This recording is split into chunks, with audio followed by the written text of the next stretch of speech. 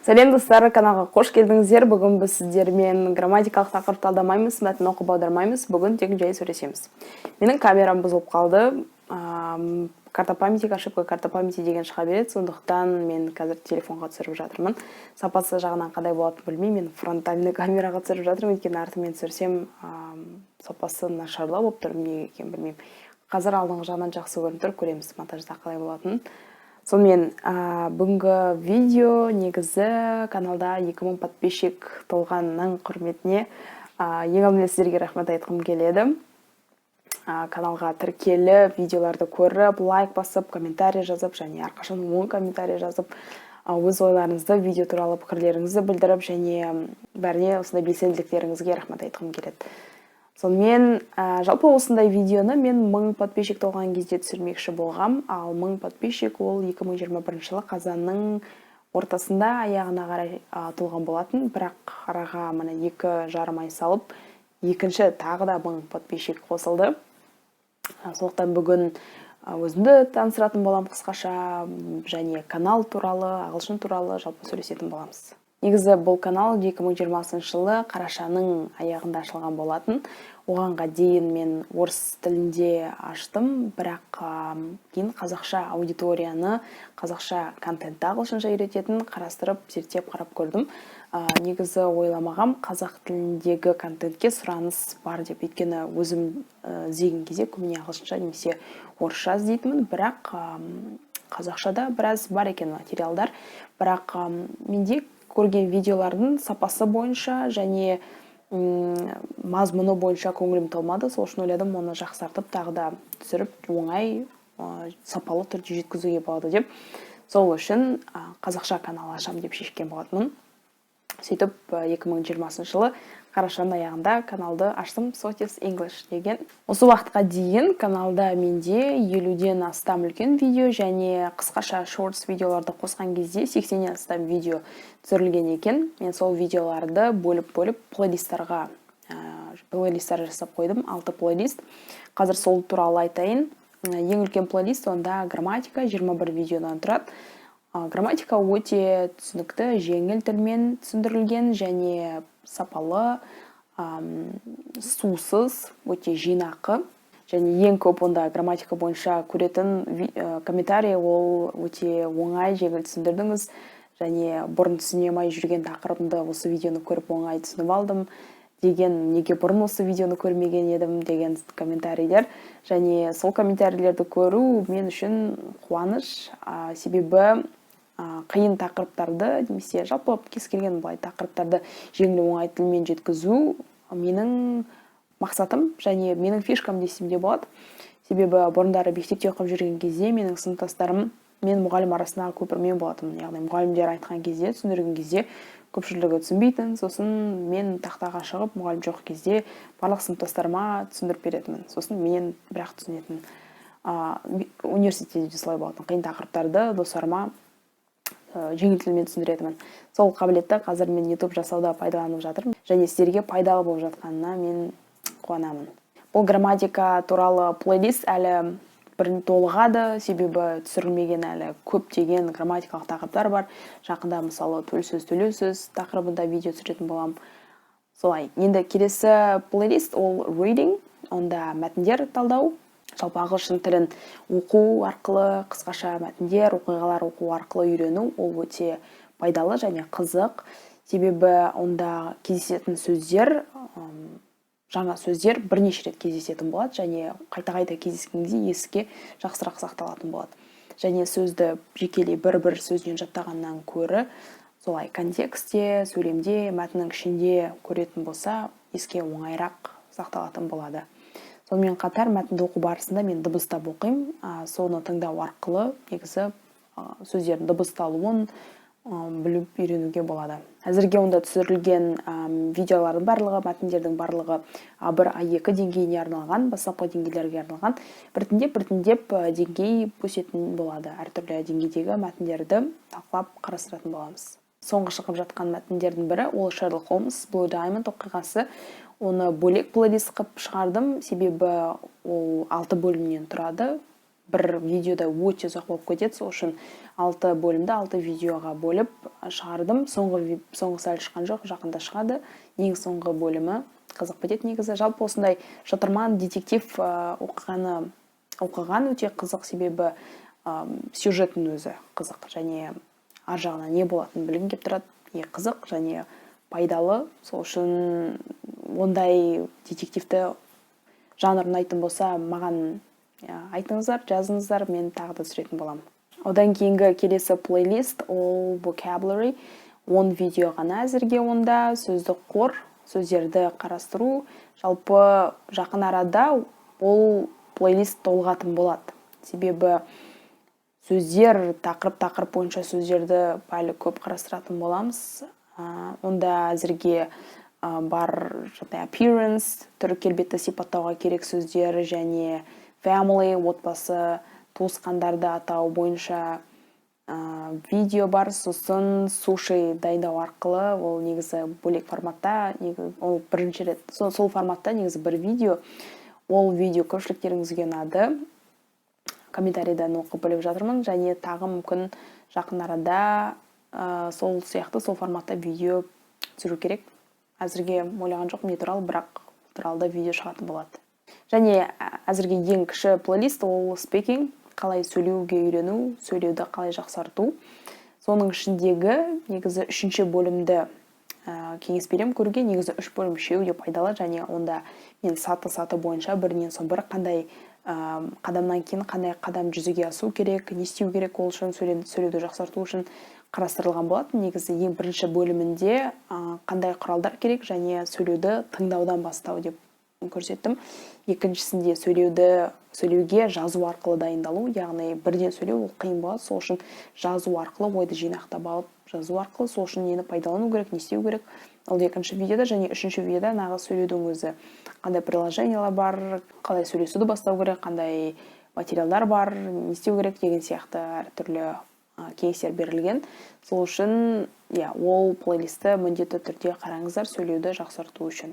Сонымен канал туралы, каналдың құрылымы туралы, каналдың тарихы туралы қысқаша айттым, енді өзім туралы айтайын. Жалпы мен ағылшын тілі мамандығым ағылшын тіліне қатысы жоқ. Мен ағылшын тілі аудармашысы да емеспін, маманы да емеспін. Менің мамандығым агрономия. Жалпы мектепте оқыған кезде мен тілден алшақ адам болғам, көбіне сандарға жақын адам. Ең сүйікті сабағым химия болатын, физиканы да жақсы көрдім, математиканы да жақсы көрдім, алгебра, геометрия, екеуі де керемет сабақтар. Бірақ мен биология таңдадым медицинскийға оқуға түсу үшін, бірақ грантқа балл жетпей қалғандықтан мен агрономияға оқуға түстім. Негізі мектепте алтын белгі болатынмын, сондықтан да ағылшыным 5 болу керек болды. Сөйтіп ағылшынды да жақсы оқуға тура келді, бірақ онда қызығушылық болған жоқ. Мен сыныптастарыма қарағанда былай жақсырақ білетінмін, бірақ бәрібірде сөйлейтіндей деңгейде емес, грамматика шала. Сондықтан менде мектепте оқып жүрген кезде грамматика жағынан да жалпы ағылшын тілі менде өте төмен болатын.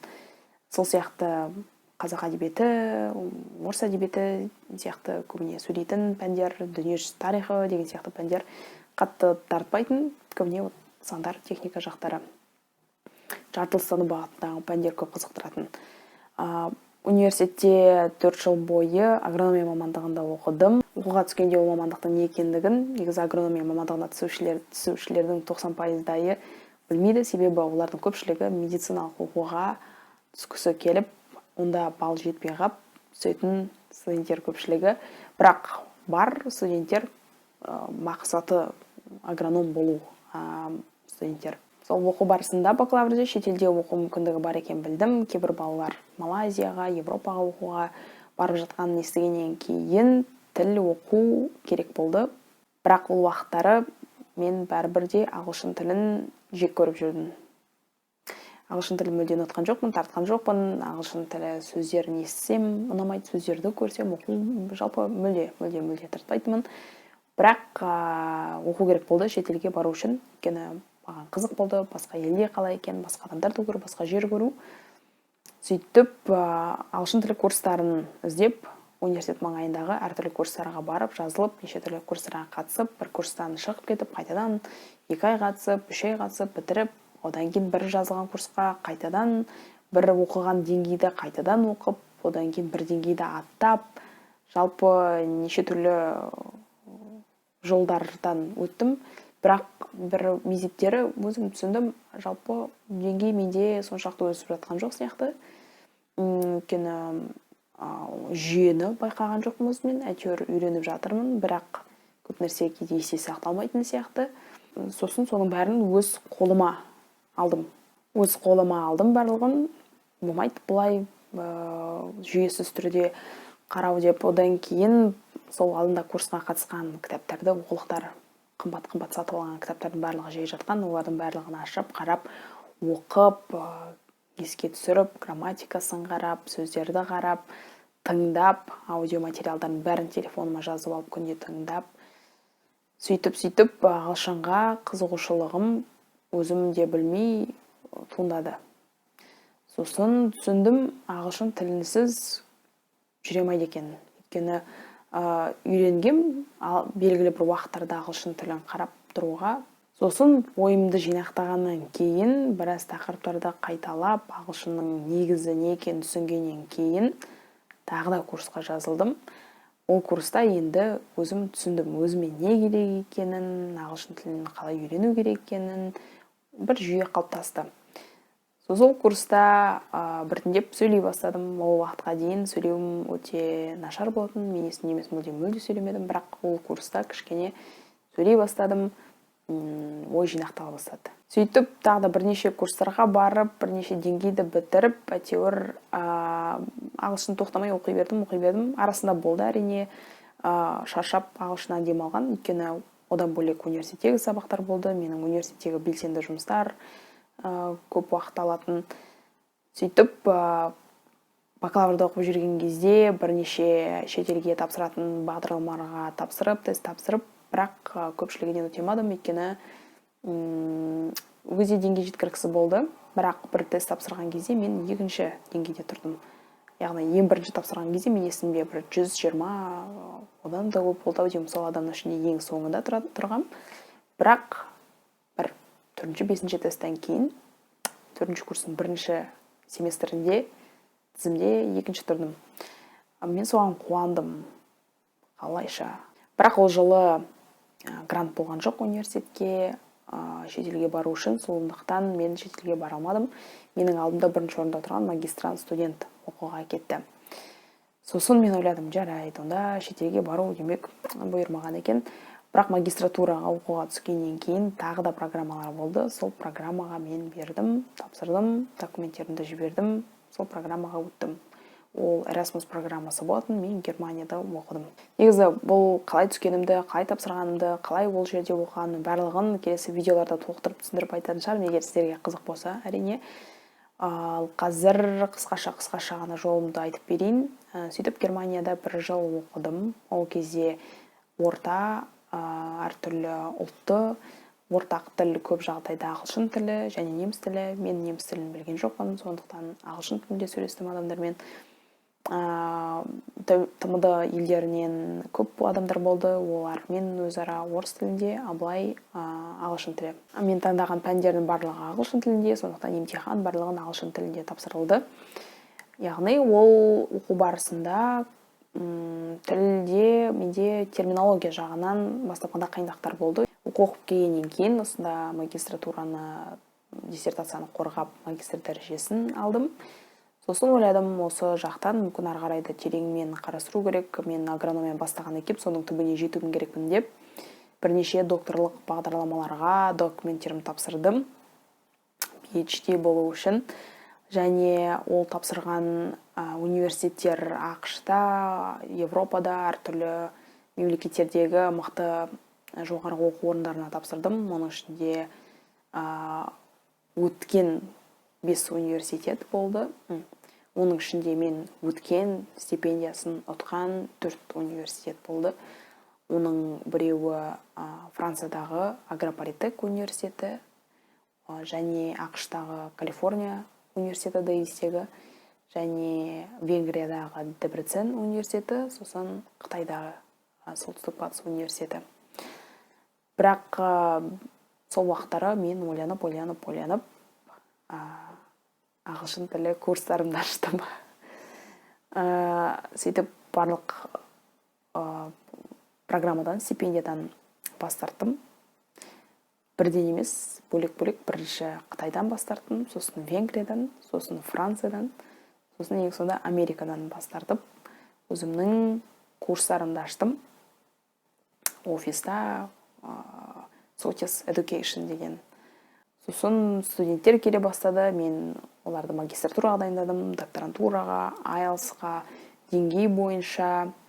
Мен өзім докторантураға оқуға түспесем де, біраз адамға докторантураға түсуге көмектестім, яғни IELTS-қа дайындалуға, IELTS-тан балл алып, докторантураға түсуіне ықпал болдым. Одан кейін карантин кезінде үйден жұмыс жасадым, уақытша офис жабық болды. Сол карантин кезінде мен YouTube каналын аштым. Негізі бұрыннан ойда жүрген YouTube ашу. Сол осылай қысқаша өзім туралы айтатын болсам, негізі айтатын нәрсе әлі көп. Егер қызық болса, сұрақтарыңыз болса сұраңыздар, тағы басқа видео түсіремін осындай жай отырып сөйлесетін форматтағы. Енді жақын арада жаңа айтқандай тілсіз сөйлеу бойынша видео шығады, және Шерлок Холмстың соңғы бөлімі шығады. Сол үшін жіберіп алмаңыздар, жіберіп алмас үшін қоңыраушаны басып қойыңыздар. Сонымен, бүгін видеоны тамамдай берсек болады деп ойлаймын.